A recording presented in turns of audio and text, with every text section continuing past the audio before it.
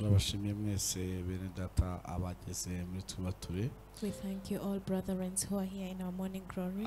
Abahageze none hamwese turabakiriye. Those who have just joined right now, we welcome. Dushimiye abantu bafunguye iyi video muri kino gitondo kugira ngo tubane Imana ibaho umugisha. We thank people who have opened this video to be with us. Hari abantu batajya babura kwandika hasi muri comments buri munsi babanditse. There are people who never fail to write in the comments, to write every day. Imana ibaho umugisha. May the Lord bless you. May you be blessed. Let's glorify the Lord. Hallelujah. Hallelujah. I want to give you a prophetic word that was given this morning so that we can stand in it and walk in it. May the Lord bless you.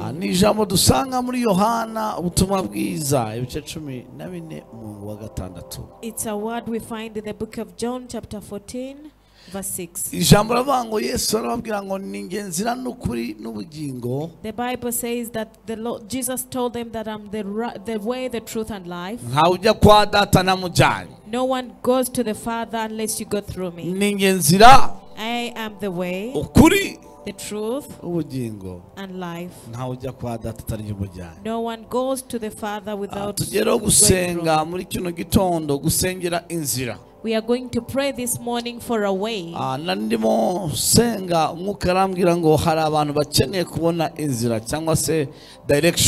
was praying that the Spirit of the Lord told me that the people who need to find a way or direction, they're asking God, which way will it go through? How will it be possible? Where can we go through? Where can we operate from? Which way can we go through? How will it be possible? Oh, hallelujah. Hallelujah. There are people who need direction always. They need a direction or the way they can serve God. They have a vision, but they haven't found a way or direction in which way they can take that vision. They don't see the direction how things will work out. They need a way or direction. We pray that may the Lord put a way in your life. Maybe a young man, you're looking for a girlfriend and you're wondering how will it go. Maybe a young lady looking for a husband and you're wondering how will it be possible. Maybe you have the fiancé and you're preparing for the wedding and you're wondering how will it be possible. How will this happen for that wedding to take place, for this wedding to be possible? Which way will it take? Children of God, how will I do it because I failed to get dowry? There are people who have failed to get dowry. They are asking God, how will I do it to get dowry? How will I do it? What should I do? What should I do for me to achieve this? Let's glorify the Lord. Maybe you're entering to something and there are people who are discouraging you. And you're wondering, how will it go? Maybe you've been in pain for a long time. You've been in pain for a long time. You've been tortured for a long time. I have a message for you this morning. I tell you that Jesus is the way. I want to tell you, brethren, that our God has a way. Jesus has a way. One morning, the angel came to Mary and he told her, you conceive and you give birth and you should name that child Jesus, because he's the one who will save his people from their sins. What does the Bible say? The Bible says that that moment the Mary asked the angel that how will it be possible? Maybe you're also wondering, how will it be possible? How will it be possible? How will it work out? I want to tell you a word. Hallelujah. Hallelujah. The way is sin. This morning you're found away. Where there is no way they will be away. While there is no hope, there will be hope. In Jesus' name. He prayed and said, she asked, how will it be possible to conceive?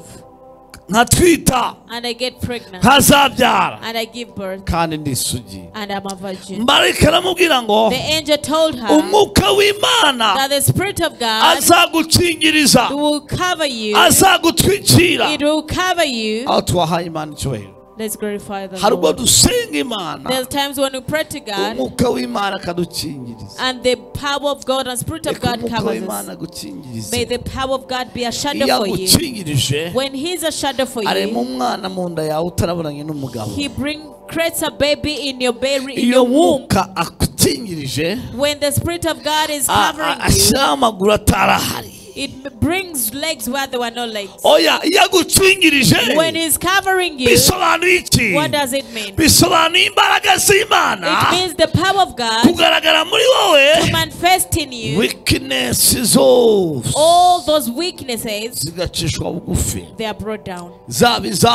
Although they are yours, what we hear that generational things, demons, all your different weaknesses, whatever discourages you, when the Spirit of God is covering you, you destroy them. You run away from them. You defeat them. I pray for victory over you in the name of Jesus. I pray for destroy everything that was fighting you. I destroy everything that was making you weak. In the name of Jesus. I make a way in your life. I make a way for a job for you. You're wondering how will you get a job?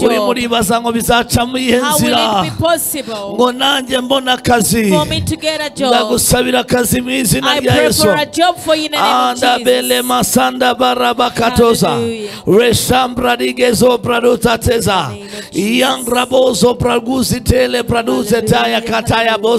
Hey, hallelujah.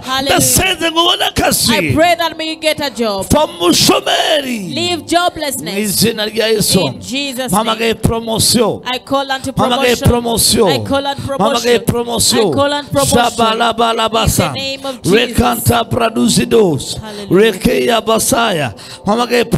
I call on promotion. Promotion. In your job. In your children. In the name of Jesus. I pray for you to be lifted up, to change your history. I pray that may you see a way. May you find hope. May you find help. In Jesus' name. The way is there. The way is being formed upon your life. In your family, there is protection of God. There is victory of God. I pray that may you receive a way. We receive the way through Christ Jesus. If you are not saved, be saved. And receive the way in Christ Jesus. And for your doors to be open. For your victory to come forth for you. For you to enter into your victory. For you to enter into your power.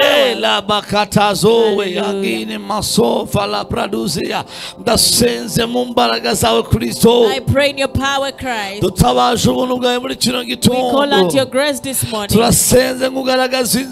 We pray that may you show a way. Manifest a way of help. David said that lift up my eyes. I see mountains. Where will my help come from? And he said, my help come from the Lord, the creator of the heavens and earth. May the help of God manifest in Jesus' name. Make a way in Jesus' name. Create a testimony in Jesus' name. Thank you, Father, for your goodness. Thank you for coming forward. We glorify you. We thank you. In Jesus' name. mwuka wera. Thank you, Holy Spirit of Wakoze ko God. witamura. Thank you for coming Amaraso yawe Your blood akoze imirimo ikomeye. has done great works. Subiramo ngo mwami Yesu. Repeat and say, Lord Jesus, kora ku maso yanjye. touch my eyes. Fungura imigisha yanjye. Open my blessings. Inzira yo kwigeraho. Give me way to get to it.